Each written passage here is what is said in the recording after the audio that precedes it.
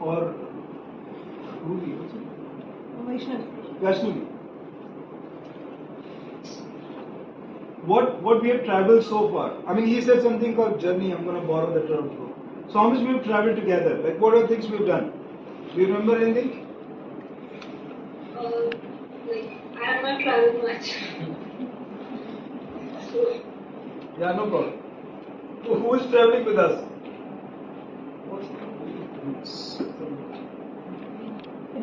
Reena. Yes, you were telling about the coach and you're telling about the story, how it really, how it attracts and makes other person feel interested in a storytelling. And you're asking about. So what is the story, Reena? What is the story? So far. Story is like you are telling about sequence, one after the other, which makes other person feel interested to hear and which grabs our attention. Okay, so for you guys, you can hear it again. One very simple thing, what we are doing workshops. I know you are very far physically and emotionally also, I would say.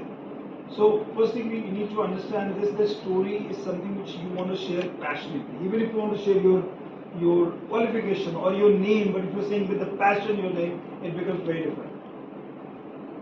Sorry, it's not visible. You're right. Yeah, I'm saying work from home people. Like she has turned on her camera, but we can't.